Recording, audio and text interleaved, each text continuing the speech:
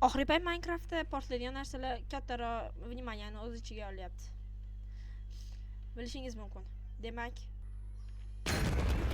hammaga salom, sizlar bilan men Kamin. Demak bo'ladi, bugungi mavzuyimiz Crystal Pop haqida bo'ladi. Demak, bu uchun mana bu kartani ishlataman, Deboltdan o'tkazib olishlaring mumkin, описаниеda turibdi. Xo'p, nima haqida o'tamiz? Birinchi Crystal Popga kirishdan oldin biz bintlar qo'yib olishimiz kerak. Bintlar mana yerda turadi. Mana. Ya'ni slotlarni klaviaturaga yaqin knopkalarga qo'yib olish. Menda 9, 8, 7, 6 slot, 9 slot, 7 slot va 8 slotda mana shu narsalar turibdi. Eng ideal slotga Ender Pearl'ni qo'yinglar. Hech qachon mendan ko'chirmanglar. Bu bintlar o'zlaringizga qulay bo'lishi kerak. Birinchi o'rinda sizlar bu videodan keyin qanday natijalarga erishishlaringni ko'rib chiqamiz.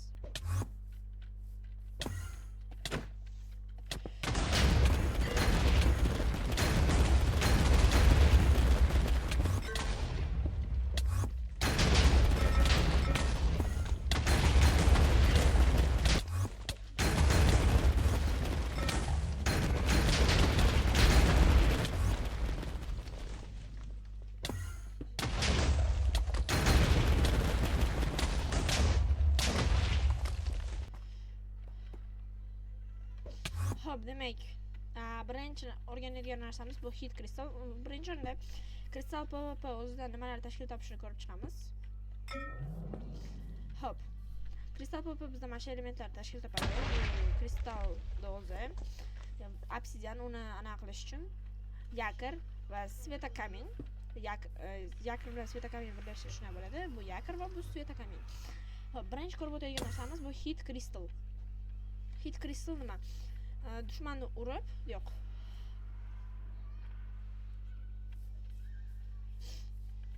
Demak, birinchi ko'rib o'tadigan narsamiz bu uron.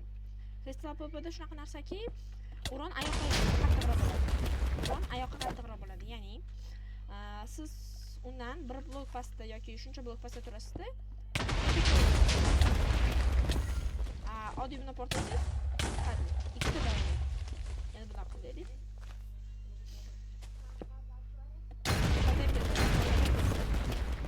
Ya'ni oyoqqa ko'proq uradi. Shuning uchun oyoqqa ko'proq vzrывоустойчивость qo'yish kerak. Ya'ni portlashga himoya. Xo'p. Demak, ikkinchi ko'rib chiqadigan narsamiz bu hit kristal. Hit kristal obsidian qo'ygan holatda dushmanni urib, bittagina kristal portlatish. Bundan keyin har bir kristal pop metodlarini boshi hit kristalda bo'ladi. Uni bundan hozir hop, uzr. Başladık. Uy, blek. Yopa.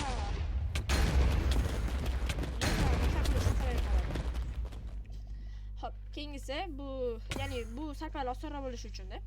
Endi uchinchi o'rganadigan narsamiz bu double tap. Uni doimiy asosida hit kristal bo'ladi. Ya'ni obsidianni qo'yasiz, bitta urib 100% garantiya beradi tatami ketishiga, почти 100%. Yoki buni ana qo'ymasdan qilsalar nima bo'laradi? Ya'ni obsidianni qo'ymasdan turib qilsa urib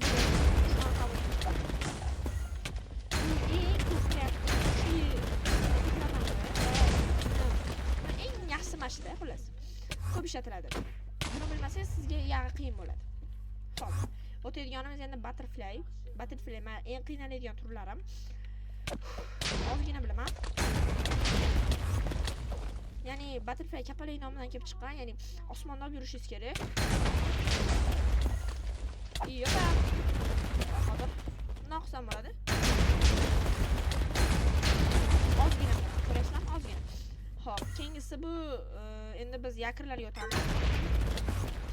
Yakrda birinchi ko'rishadigan narsam. Xo'p, ko'rganlaringni men yakr qo'ya olaman. Hammasiga, masalan, bunga bitta, bunga ikkita, bunga uchta, bunga to'rtta, ya'ni full qildim. Qani portlashi qaysi birida kuchli bo'ladi? Başınca portlash. Yopa, başınca portlash va mana bu. Hammasida portlash radiusi teng, lekin svetokaminni tejash uchun bitta qilsalaring yaxshi bo'ladi. Ya'ni tezroq qilish uchun. Ba'zi shunaqa zatoruslar bor. To'g'ri, bunaqa qilib mana tez qilishadi. Bunaqa qilib tez qilishadi, lekin bunda baribir vaqtingiz ketaveradi. Bundan ham tez qilishingiz mumkin bo'ladi. Xo'p, demak, birinchi o'tadigan narsamiz bu hit yakir. Просто yakir qo'yasiz. Yakir qo'yasiz. Buni просто atrofga solish uchun yoki rescue room Xo'p, keyingisi double yakir, eng qiyin yakir anaqasi. Qanaqa qilish mumkin qaranglar. Ular mana shu videoda ko'rdilaring. Ya'ni qo'yasizlar. U havoda ham zavis bo'lib qoladi, chunki o'yin otoprojekt qila olmaydi. Xo'p, keyingisi o'zimdan qilgan tryuklarim. Xo'p, tak. Qaranglar. Men yakirda portlatdim. Mana, yakir portlatdim. Kristal bilan portlatib oldim. Demak, sizlar bilan tutorialimiz tugadi. Hammaga rahmat. Sog' bo'linglar. Like bosishni unutmanglar. Bu O'zbekistondagi почти birinchi PvP kontentlardan biri. Kristal PvP bo'yicha. Hammaga xayr. Sizlar bilan Kabin bo'ldi.